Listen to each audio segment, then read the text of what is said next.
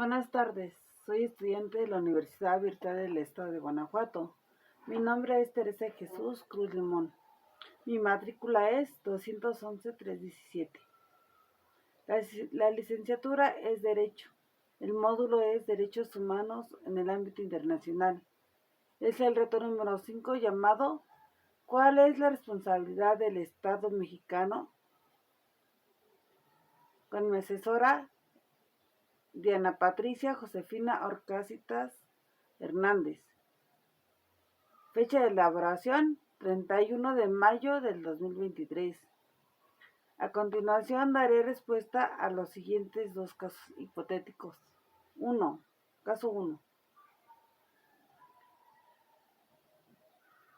Ana se encontraba pacíficamente repartiendo panfletos a las personas que se manifestaban en la plaza de armas en su ciudad. El contenido de los panfletos versaba sobre citas bíblicas. Al enterarse de lo que hacía Ana, un policía decidió arrebatarle los panfletos y detenerla, argumentando que no era lugar para repartir ese tipo de información, pues alteraba el orden. Ana permaneció encerrada e incomunicada dentro de una patrulla durante 3 horas, hasta que la manifestación concluyó. Posteriormente, el policía la trasladó a Barandilla,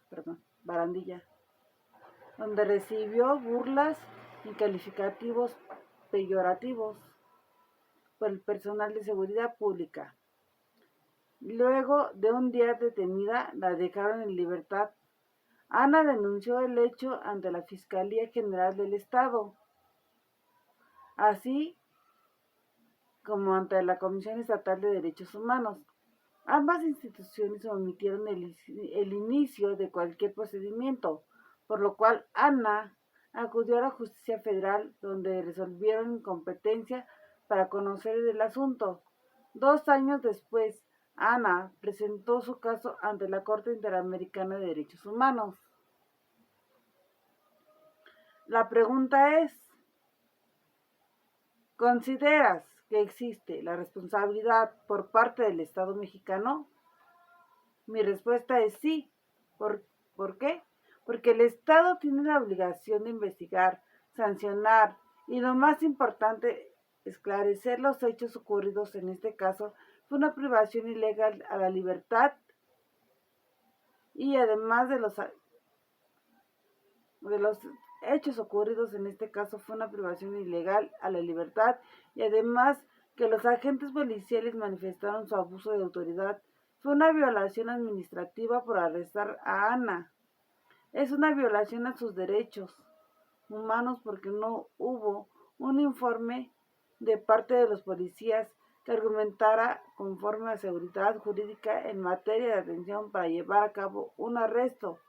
Es necesaria una orden de aprehensión emitida por un juez competente.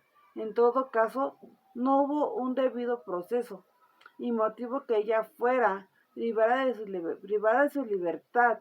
Esto conforme al artículo 16, que dice así: nadie puede ser molestado en su persona, familia, domicilio, papeles o posesiones, sino en virtud de mandamiento escrito de la autoridad competente que funde y motive la causa legal del procedimiento con respecto a la omisión de la Fiscalía General del Estado, así como ante la Comisión Estatal de Derechos Humanos. No cumplió conforme a la Constitución. Los derechos de la víctima se violentaron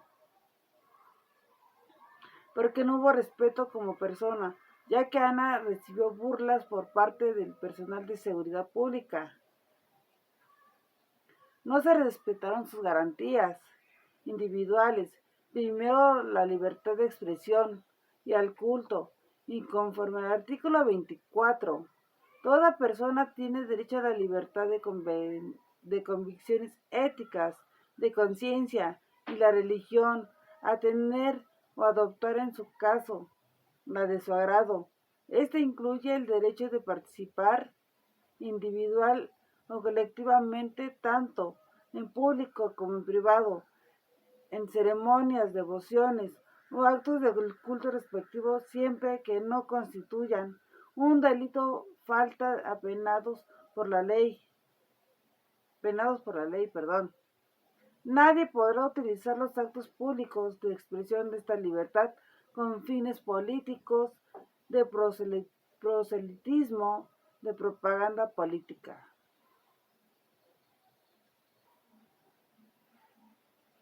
Para el caso número 2, dice así: durante la pandemia por COVID-19, el gobernador de una entidad federativa publicó un decreto por medio del cual se declaraba obligatorio el confinamiento en el domicilio particular de los habitantes en un horario de 18 horas a 9 horas. Asimismo, se preveía una multa de 1.500 a quien infringiera esta disposición. De no contar con recursos para el pago de la multa, el decreto previo 36 horas de arresto. Andrés, un hombre de 34 años de edad, en la situación de calle, caminaba por la avenida principal de la ciudad a las 20 horas. Cuando un militar lo vio, lo detuvo y lo presentó a la Secretaría de Seguridad Pública, donde fue exigido el pago de la multa. Andrés argumentó no tener casa habitación, familia ni dinero para pagar la multa. Como consecuencia, fue privado de la libertad durante 36 horas y boletinado, fotografía incluida, en redes sociales,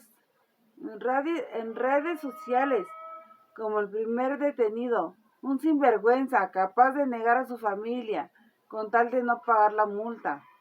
Derivado de lo anterior, fue localizado por una asociación civil, a través de la cual se planteó su caso en jurisdicción militar y ordinaria, hasta ponerse de conocimiento de la Corte Interamericana de los Derechos Humanos.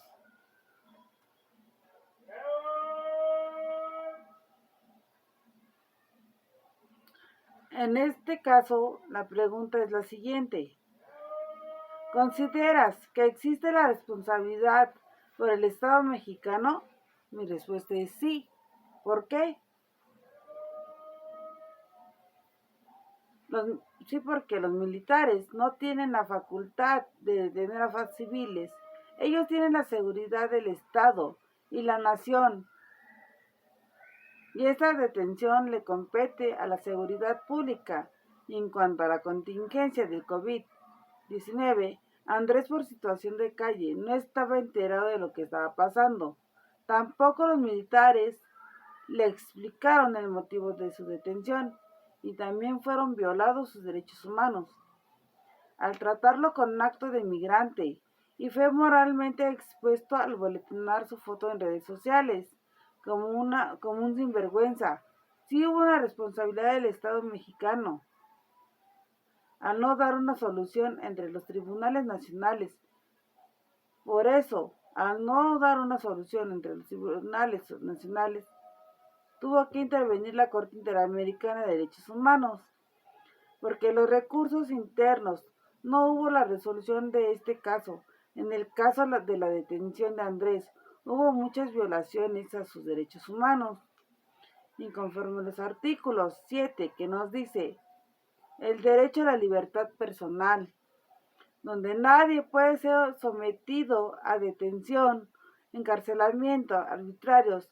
Toda persona detenida o retenida debe ser informada de las razones de su detención y notificada sin demora del cargo o cargos formulados contra ella, y se tendrá que proteger conforme al artículo 63, párrafo 1, donde nos dice: cuando decida que hubo violación de un derecho a la libertad de protegidos en esta convención, la Corte dispondrá que se garantice lo mencionado en el goce de su derecho a la libertad calculado. Dispondrá asimismo, si ello fuera procedente, que se reparen las consecuencias de la medida o situación que ha configurado la vulneración de estos derechos y el pago de una justa indemnización a la parte lesionada. Eso la Convención Americana sobre los Derechos Humanos En la Constitución Política de los Estados Unidos Mexicanos, en su artículo primero nos dice, todas las autoridades en el ámbito de sus competencias tienen la obligación de promover, respetar, proteger y garantizar los derechos humanos de conformidad con los principios de universalidad, interdependencia, indivisibilidad y progresividad. En consecuencia, el Estado deberá prevenir, investigar, sancionar y reparar las violaciones a los derechos humanos en los términos que establezca la ley.